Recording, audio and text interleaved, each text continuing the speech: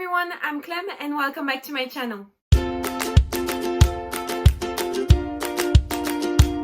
today it might be a bit late to do that because everyone has already done theirs, but today I'm going to be talking about my favorite books of 2020.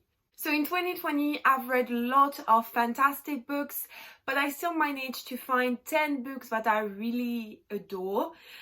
Please note that the books that I'm going to mention aren't in any particular order, they're just like books I really loved last year. So the first book on this list is The Seven Husbands of Evelyn. Seven Husbands.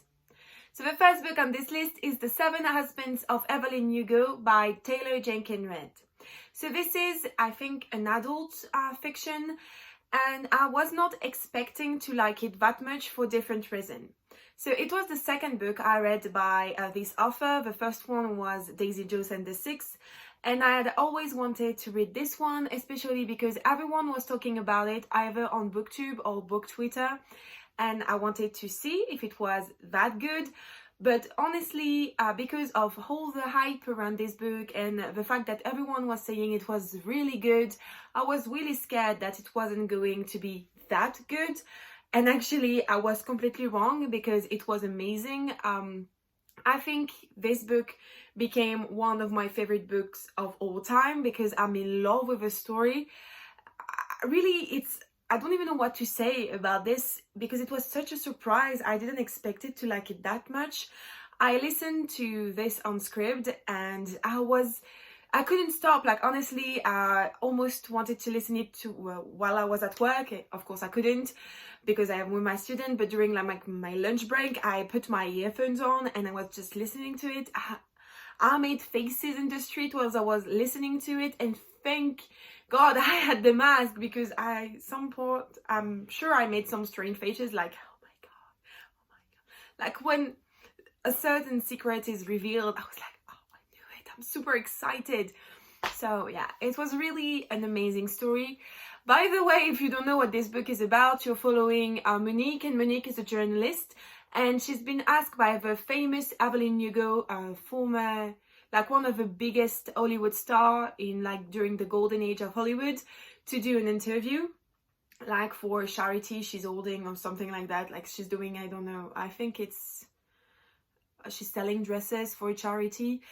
And so Monique is asked to go see Evelyn for the interview, even though Monique is not a famous journalist, like she's no one. And so she's going to try to discover why Evelyn Hugo asked her to do the interview. And also at the same time, you're going to discover the life of Evelyn Hugo. And Evelyn Hugo was known for having 7 husbands during her life. And you're going to find out why she had 7 husbands. It was really amazing. I love the time period. The writing was perfect. And now I'm just waiting for the next book by this author because I'm sure it's going to be amazing. Next, we have Chain of Gold by Cassandra Clare. Honestly, I never thought this book was going to be on my top 10 because it was one of the last books I read last year. And when I started it, I was like, no, I'm sure it's not going to be that good. I mean, I'm going to enjoy it and I'm going to have a great time because it's Cassandra Clare and I've never been like disappointed by her writing or what she does, but I never thought I was going to like it that much, and actually I did. It still doesn't compare to The Dark Artifices for me, but this is such a great start in this new trilogy. It was a bit complicated at the beginning because we're introduced to a lot of characters and I wasn't really following because I was trying to understand who was who and thinking about the characters in the Infernal Devices, like to make connections between all of them. So I really created like a jigsaw in my head, and it was really complicated for me to make sense of anything because I don't know, I thought too much when actually I just had to read it. Actually, I listened to this one because I didn't have time to read this baby. So yeah, it was really amazing. I really loved the new characters, especially Cordelia, and I think it's obvious for everyone that everyone loves Cordelia because she's amazing. Don't really like the ending, like it was painful, but I mean, it's Cassandra Clare and she's always knows how to break her heart, and she did it well once again. And I mean, of course, I can't wait to read the second one. It's coming out in March. I'm counting the days almost because I really want to know what will happen next. So next is Dear Martin by Nick Stone, and honestly I had completely forgotten that I had read this book. Like when I saw it in my reading journal, I was like, I read this year. I thought it was last year. So I'm really happy that this is in my top 10 because it was one of the most heartbreaking books I've read this year. Honestly, if you haven't read it yet, you have to. Really, it's not even a recommendation, it's an order, because it's a beautiful book. It's heartbreaking and such, like, it opened my eyes on so many things. I loved it. So in this book, you're following a boy, and I forgot his name, I'm really sorry, and he's one of the only African-American students at his very white, very preppy high school in the United States. And he has a struggle with dealing with the fact that he is an African-American, and I mean, no one around him in his high school can really understand what it is to be African-American in the United States. And at some point, one of his friends is shot by a police officer. And of course, it's going to create a debacle in his high school between the white teenagers and the African Americans. And he's going to start writing letter to Martin Luther King to express his struggle and his feelings. It was really, sorry, heartbreaking, and really, I don't know, it seems so realistic, and it was, I think, why it broke my heart so much, because it's something that could easily happen, and I'm so mad that this kind of stuff could still happen. And yeah, I really learned a lot, and I really loved it. So if you haven't read it, I mean, listen to it, read it, I don't know, but do something, like go get this book. Then we have Geneva Deception by Kristen White. So this is the first book in the Camelot Rising trilogy. And this was one of my most anticipated release in the late 2019. And so I read this at the beginning of last year, and I'm so glad I did it. I was right to be excited about this book because it didn't disappoint. This is a retelling of the Arthurian legend and about Guinevere, because in this retelling, Arthur is king and actually is going to meet his future wife, Guinevere, but actually Guinevere is not Guinevere. Guinevere died and she was replaced by a changeling, and you're following the story from the point of view of this changeling, and she has a mission, and the mission is to save Arthur and to protect him from all the threats that can come to him. It was really amazing. I loved it. It has everything I love about high fantasy. I mean, I'm already in love with Arthurian legend, and so this retelling was absolutely perfect. Also in this one there is a love triangle. I don't really know what side to pick. I just love it. I have a second one. I'm supposed to read it this month. Honestly, I don't think it's going to happen, but definitely it's going to happen soon. I've been waiting for the rest of the series for so long. I really like it. I'm not doing a great job at selling you this book, but please read it. If you love Arthur and all of this stuff, you're going to love it, I'm pretty sure. My Calamity Jane, and this is the last book in the Lady Janice trilogy by Lady Janice. So Cynthia Hand, Brodie Ashton and Jodie Meadows. So if you haven't heard about this trilogy, first, where have you been? You haven't been following me because I talk about this almost all the time. So if you don't know this trilogy, there are 3 books. So the first one is My Lady Jane, the second one is My Plain Jane, and here we have My Calamity Jane. And in each book, the 3 authors are retelling a story of a famous Jane. So in the first one, Queen Jane Grey of England. In the second one, Lady Jane.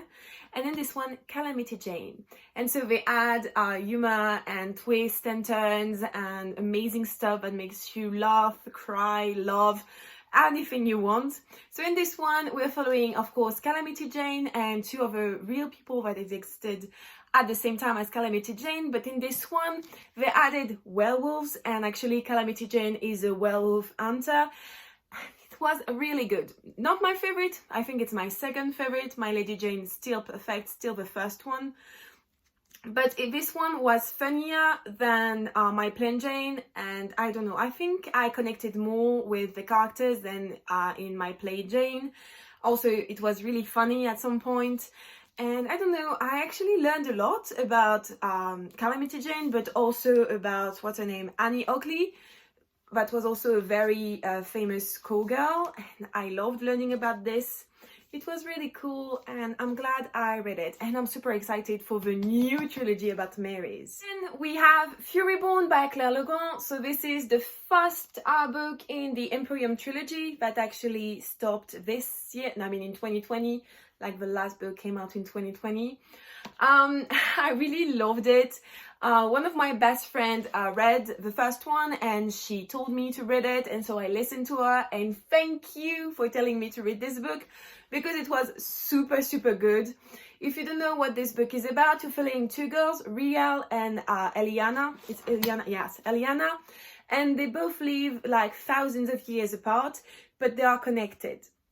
They are connected because they are both at the center of a prophecy saying that there will be two queens in the world, one who will destroy the world and one who will be able to save the world.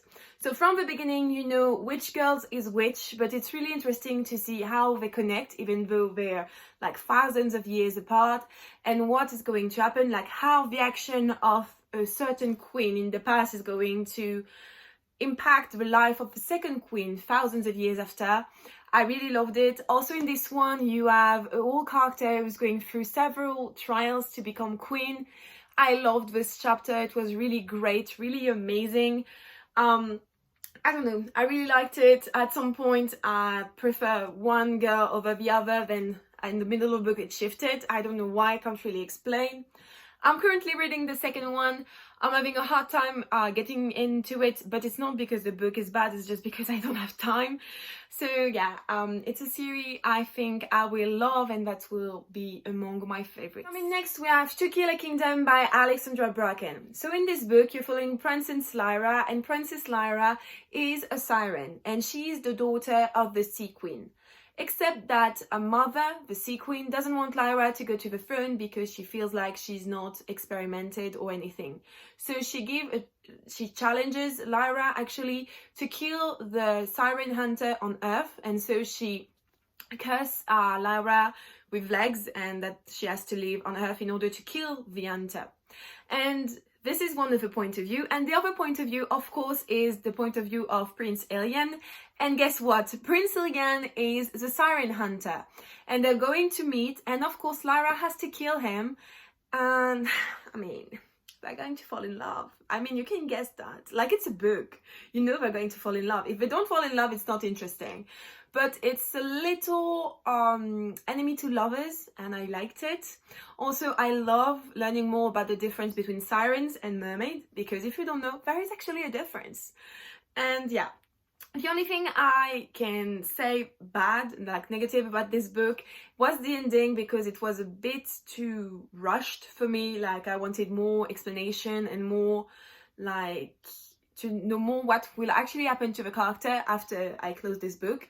So it's the only thing that wasn't really cool for me, but still amazing. I really loved it. Maybe I'm going to reread it because I loved it. It was short and really well written. I loved it. Another book that I really loved this year is Anna K by Jenny Lee. So if you don't know this book, it's a retelling of Anna Karenina by Leon Tolstoy. So before reading this book, I had never read or watched any Anna Karenina. But when I read it, I mean, I listened to it, it was so good. I feel like watching a Gossip Girl episode because there's so much drama. Always, everyone is sleeping with someone else. They're cheating, lying, deceiving everyone. I loved it so much. And also, if you know Anna Karenina, you know that everyone in the story is connected. So it was really amazing to actually hear something happening, and in my head I could see where this was going, and I was like, this is brilliant. Because for instance, you have this girl, and if the girl kisses this boy, she's going to do something then, and it's going to have an impact on this couple, and this couple is going to break up, so the two other characters are going to be able to be together. like really complicated but amazing. And so since I've read this book, I developed a passion, like a love for Anna Karenina. I bought it here, here it's Anna Karenina. It's huge. I'm not sure I'm ever going to read it. I've watched 2 or 3 versions, I think 2 versions and a half of Anna Karenina. I'm in love. I'm going to buy the book. I'm going to buy the second one that's coming out this year. It was so good. I can't describe what happened when I listened to this book. I just fell in love like instantly. It was love at first sight. And it was really great. Just so you know, like a little information about the synopsis of this book. So you're following Anna, and Anna is a very rich. So a little about the synopsis if you're interested in reading this book, and if you don't know what Anna Karenina is, I don't blame you, I didn't, so. So you're following Anna, and Anna comes from a very wealthy New York family, and she's dating this boy that everyone thinks is perfect, but actually she doesn't really love him. Like, she's more with him because like it's simple and she doesn't really have anyone. I'm not saying she doesn't love him, okay? She's invested in the relationship, but it's not passion. And one day when she's on the train, she meets another boy, and of course she's going to fall in love with him, but he's going to have passion and dangers, and she's going to be totally in for that. And this is the main story, basically Anna struggling between 2 boys, and her struggling around those 2 boys going to impact a lot of people, and you also learn about all these people around them. So I advise you to read it if you haven't. It's really cute and funny, amazing. Next, we have Sisters of Sword and Song by Rebecca Ross. So this was also one of the last books I read last year, and actually my last audiobook of the year. Well, I wanted to read this book. It was one of my most anticipated release for the year. Like, I was really waiting for this book, even though I didn't really know what it was about. And so the fact that it's here on my top 10 really tells you how much I love this book and how much I was surprised about this book, like in a good way. So in this book, you're following Evadne and Alcian, and they're both as sisters. Evadne is the youngest and Alcian is the oldest. And Alcian, at the beginning of the book, has been away for 7 years because she was working in the army. And so she comes back one night, but earlier, and actually you discover that she did something bad and that she's researched by the army, like to be judged. And you discover that actually she killed someone, and so she's going to be trialed. And Evadne, since she loves her sister, she's going to ask to share a sister's punishment. And so they're going to be sent 2 separate ways for 7 years, and actually a lot of things are going to happen. I'm not going to tell you more, because if I tell you more, I'm going to ruin the pleasure of reading this book. So I will not do that for you. But what I really loved about this book is first the relationship between the 2 sisters, because they're really amazing. It was so good to have a book centered around sisterhood and not love or anything else. Of course, there's a love story, but it's really a side thing, like really.